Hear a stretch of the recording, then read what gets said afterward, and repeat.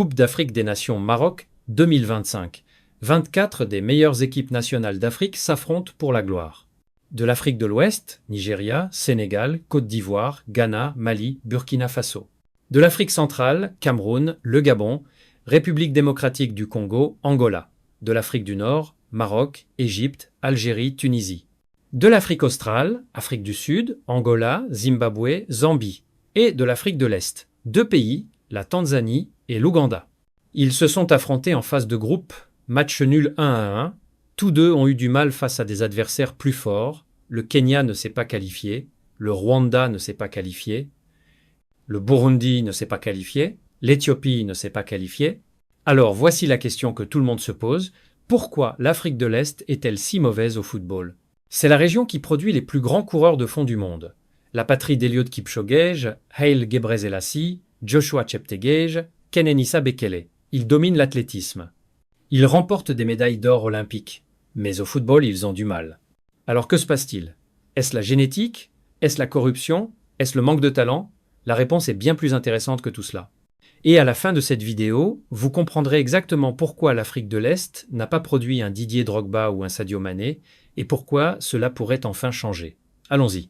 Revenons loin en arrière pour comprendre pourquoi l'Afrique de l'Est a des difficultés avec le football aujourd'hui. Il faut parler des années 1920. En 1923, la Gossage Cup a été fondée.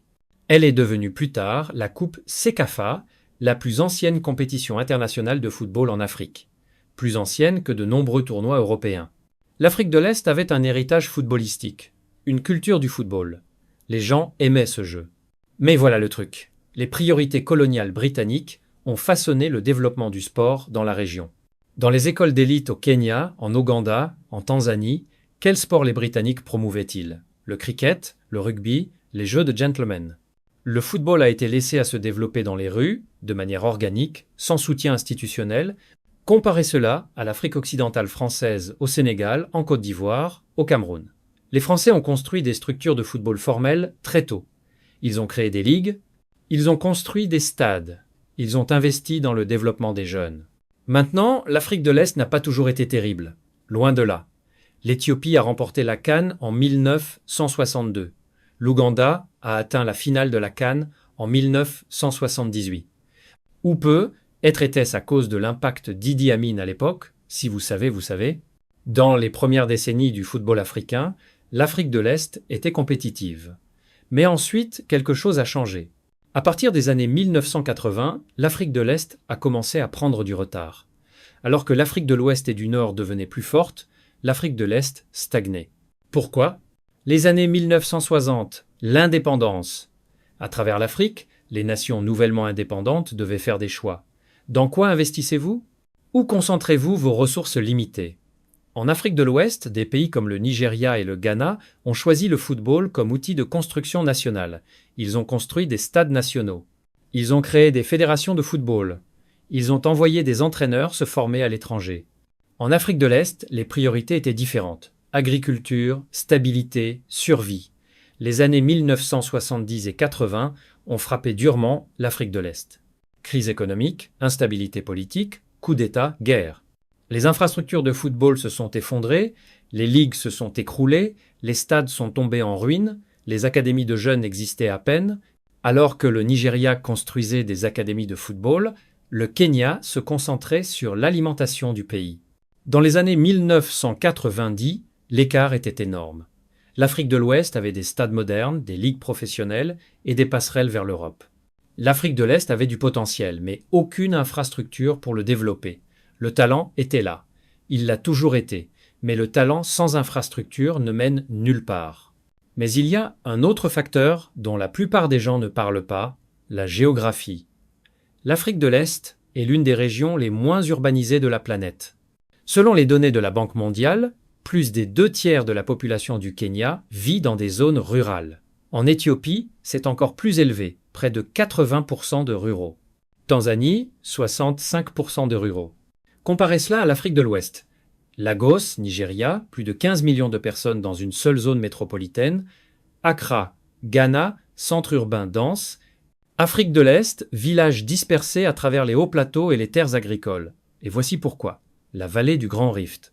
Le sol ici est incroyablement fertile. 3 saisons de croissance par an dans certaines régions. Pendant des siècles, les gens n'ont pas eu besoin de déménager vers les villes pour survivre. Vous pouviez pratiquer l'agriculture de subsistance, cultiver du maïs, des haricots, des bananes, des légumes. Tout le monde avait de la terre. Tout le monde pouvait se nourrir. Donc l'urbanisation s'est faite lentement, très lentement. Maintenant, pourquoi cela importe-t-il pour le football? Parce que le football est un sport urbain. Vous avez besoin de grandes populations concentrées. Si vous êtes un recruteur, vous allez à Lagos, vous ouvrez une académie, vous avez accès à des millions d'enfants. Mais en Afrique de l'Est, ouvrez une académie à Kampala et vous manquez le talent dispersé à travers la campagne. Maintenant, pourrait-il atteindre ce talent? Potentiellement, s'il construisait des structures de développement du football au niveau scolaire, des programmes de base dans les écoles rurales, des compétitions au niveau des districts, c'est comme ça qu'on trouve le talent dispersé. Mais cela nécessite un investissement massif, de la coordination, des infrastructures, et l'Afrique de l'Est a eu du mal à construire ce système. L'équipe nationale de Tanzanie, la plupart des joueurs viennent de Dar es Salaam et peut être une ou deux autres villes. Le talent du Kenya est dispersé de la côte à l'ouest du Kenya jusqu'à la vallée du Rift. Aucun recruteur ne peut couvrir cela. Aucune académie ne peut atteindre cela. Afrique de l'Ouest. Déposer un recruteur à Dakar, Bamako, Accra, Abidjan, Lagos. Fait. Talent concentré, accès facile. Afrique de l'Est, le talent est là, mais il est caché dans les villages, les petites villes, les écoles rurales, et personne ne le cherche. C'est le désavantage structurel dont personne ne parle. Maintenant, parlons de la course à pied, car c'est l'autre côté de l'histoire. Depuis les années 1960, l'Afrique de l'Est domine la course de fond. Kenya, Éthiopie, Ouganda. Médaille d'or olympique, record du monde, victoire au marathon. Eliud Kipchoge, Haile Gebrselassie, Kenenisa Bekele, Joshua Cheptegei, les plus grands coureurs de fond de l'histoire. Et voilà le truc, les gouvernements l'ont remarqué, la course à pied apporte des résultats garantis, investissez dans un coureur talentueux, obtenez une médaille d'or olympique. Alors où est allé l'argent? L'athlétisme. Le Kenya a construit des camps d'entraînement de classe mondiale pour les coureurs. L'Éthiopie a investi dans les infrastructures d'athlétisme. L'Ouganda a construit le Centre national d'entraînement en haute altitude de Terrier à Kapchorwa. Le football a eu les miettes. Et on ne peut pas vraiment les blâmer. D'un point de vue purement économique, la course à pied avait un meilleur retour sur investissement. Une médaille d'or aux Jeux Olympiques, fierté nationale, reconnaissance internationale, une équipe de football qui perd lors des qualifications de la CAN, déception. Donc, les meilleurs athlètes se sont tournés vers la course à pied. Si vous étiez un jeune athlète talentueux au Kenya dans les années 1990, que choisissiez-vous? Le football, sans financement, sans infrastructure, sans voie vers le succès, ou la course à pied avec le soutien du gouvernement, des camps d'entraînement et un chemin clair vers la gloire? Le choix était évident, et c'est ainsi que l'Afrique de l'Est est devenue une région à sport unique, du moins en termes de succès international. Un autre facteur, les réseaux de recrutement, ou plutôt leur absence. L'Afrique de l'Ouest a quelque chose que l'Afrique de l'Est n'a jamais eu, un pipeline direct vers l'Europe. Les clubs français recrutent massivement au Sénégal, en Côte d'Ivoire, au Cameroun. Pourquoi? Liens coloniaux, langues, relations établies. Les clubs portugais recrutent en Angola et au Mozambique. Ces réseaux de recrutement ont été construits sur des décennies et ils créent un tapis roulant de talents, jeunes joueurs au Sénégal, Académie française, club européen, équipe nationale sénégalaise. Afrique de l'Est, pas de tel pipeline. Les Britanniques étaient plus intéressés par le cricket que par le football en Afrique de l'Est. Donc, quand le football africain a explosé dans les années 1990 et 2000, les recruteurs européens sont allés en Afrique de l'Ouest, pas en Afrique de l'Est. Les quelques Est-Africains qui ont réussi en Europe ont dû se battre. Victor Wanyama du Kenya, il a dû faire ses preuves contre toute attente pour atteindre la Premier League. Pendant ce temps, les joueurs ouest-africains avaient des agents, des recruteurs et des voies déjà en place. Donc, le meilleur talent est-africain restait local ou n'était jamais découvert. L'infrastructure pour exporter le talent vers l'Europe n'existait tout simplement pas et existe à peine aujourd'hui. Cela nous amène à aujourd'hui la CAN 2025. L'Ouganda, les crânes, ont ouvert leur campagne contre la Tunisie, défaite 3-1. Début difficile. La Tanzanie, les Taifa Stars, ont ouvert la leur contre le Nigeria, défaite 2-1, proche mais pas suffisant.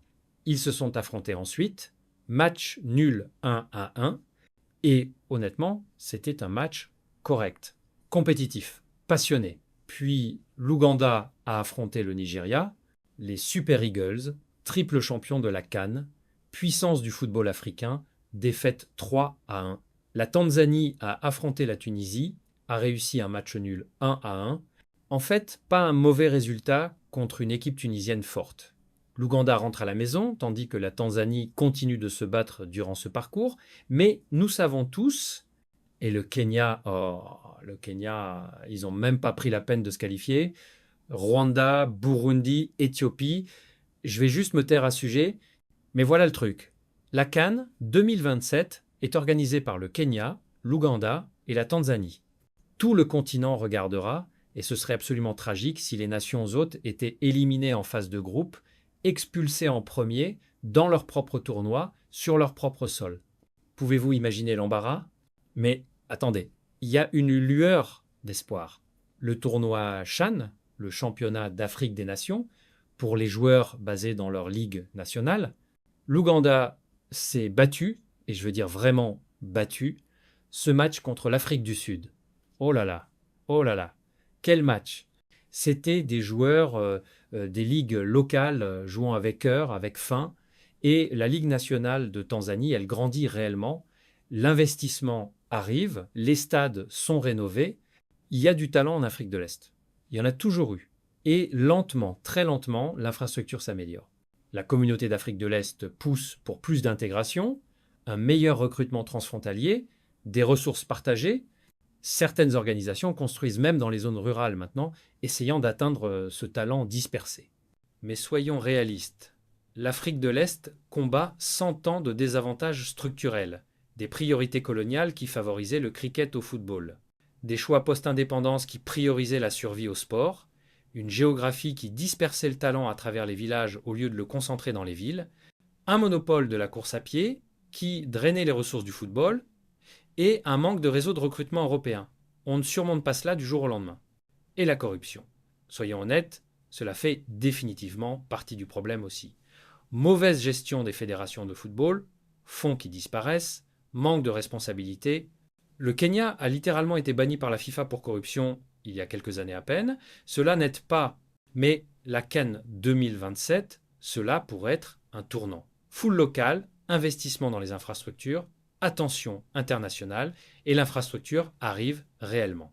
Le Kenya a construit le stade Talanta Sport, la Tanzanie a construit le stade de Doma et le stade Samia Suluhu Hassan, l'Ouganda a construit le stade Akibua et le stade Hoima Sport, 5 nouveaux stades de classe mondiale à travers les 3 nations hôtes, c'est un véritable investissement, c'est sérieux, peut être, juste peut être, c'est le moment où le football est-africain change.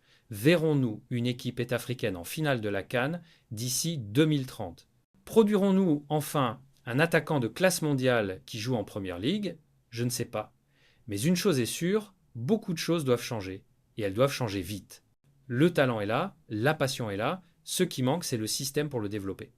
Alors pourquoi l'Afrique de l'Est est-elle si mauvaise au football? Choix économique post-indépendance, géographie et urbanisation, allocation des ressources à l'athlétisme et un pipeline de recrutement déconnecté, 100 ans de désavantages structurels. Mais l'histoire peut changer. La CAN 2027 arrive et peut être, juste peut être. C'est là que l'Afrique de l'Est aura enfin son moment. Si vous voulez voir plus d'analyses approfondies sur l'histoire africaine et pourquoi les choses sont ce qu'elles sont, cliquez sur ce bouton d'abonnement, laissez un commentaire ci-dessous. Êtes-vous d'Afrique de l'Est? Que pensez-vous qu'il faille changer? Ou êtes-vous d'Afrique de l'Ouest? N'hésitez pas à les charrier un peu. Ils peuvent le supporter. Merci d'avoir regardé. À la prochaine.